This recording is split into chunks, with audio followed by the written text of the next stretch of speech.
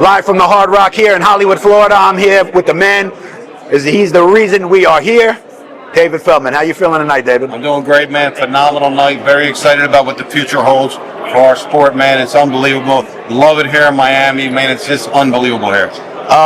Can you explain to us a little bit about what brought you guys to the decision of the $25 million tournament for the fighters? You know, it was something, honestly, around Christmas time. I was sitting around. I did an interview with somebody. They called me, one of the bigger companies out there. They're like, you got anything planned for 2025? And I'm like, hey, we're going to do this $25 million tournament. Didn't put much thought into it. And then I was like, holy shit, I got to do this tournament. So it took us a while to get it rolling.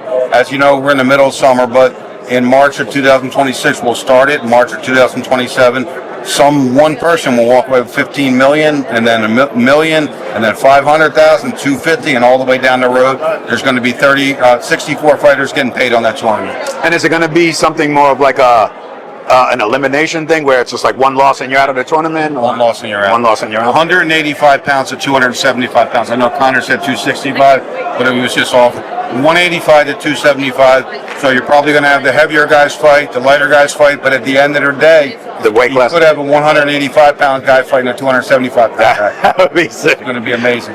You've taken Bare Knuckle from outlaw status to prime time. What was the moment you knew that this wasn't just a fight promotion, but a movement? You know, I mean, it was phases. Like I had my fifth event. I did Paulie Malignaggi versus Artem Lobov. Everybody started talking about it. We crossed a little mainstream, and then when the pandemic happened, we were the first live sporting event in the country with fans in it. So we just ran through the pandemic. That was another big moment.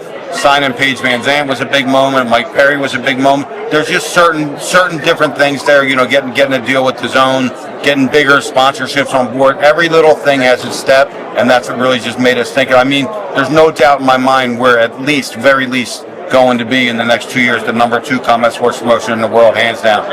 And in my opinion, it's definitely number 1 just from the excitement level and everything alone.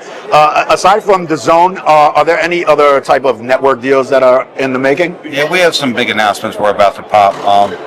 One of the announcements we're going to make on Saturday at the fight is going to be a groundbreaking announcement for us that it really humbled me. I was like, holy shit, this guy wants to do something with us. And I'm going to be able to announce that on Saturday. And then we're talking to, really everybody's reaching out now because we're in a content world now, and I think we have some of the best content in the world.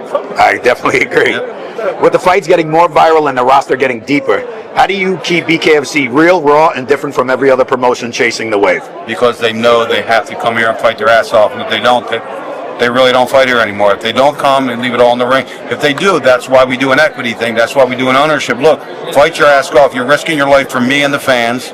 You should get paid. You should be a part of it. You should be a part of the growth, be a part of the whole entire hysteria about Bare Knuckle Fighting Championship, and that's why I thought it was so important to give them some equity, because that's going to make them keep fighting their ass off and keep getting the viral moments and keep getting everybody excited about it. And that's amazing, because a lot of boxers or fighters in general always end up with the shit end of the stick as far as money goes. I mean, difference with me and these other guys, like I actually had the owner of one of the biggest combat sports promotions in the world text me today, phenomenal promotion.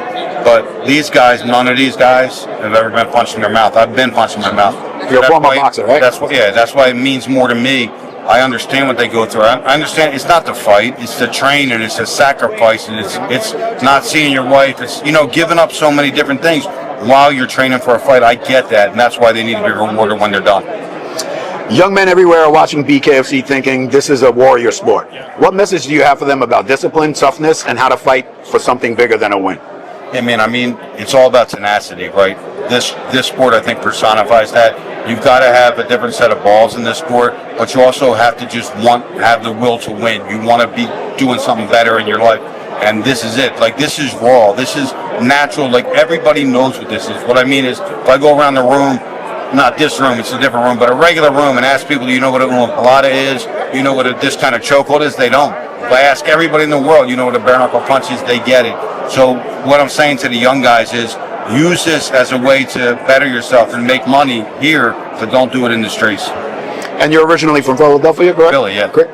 Could you tell our viewers what is the absolute best cheesesteak in the city of Philadelphia? You know what's funny? A lot of people don't notice about me. I actually put on the world's first ever Philadelphia Cheesesteak Festival back in 2016. So I actually know who it is, and I can't really say it, but because I'm friends with a lot of the guys right now. But there's a ton of good Philly cheesesteaks out there.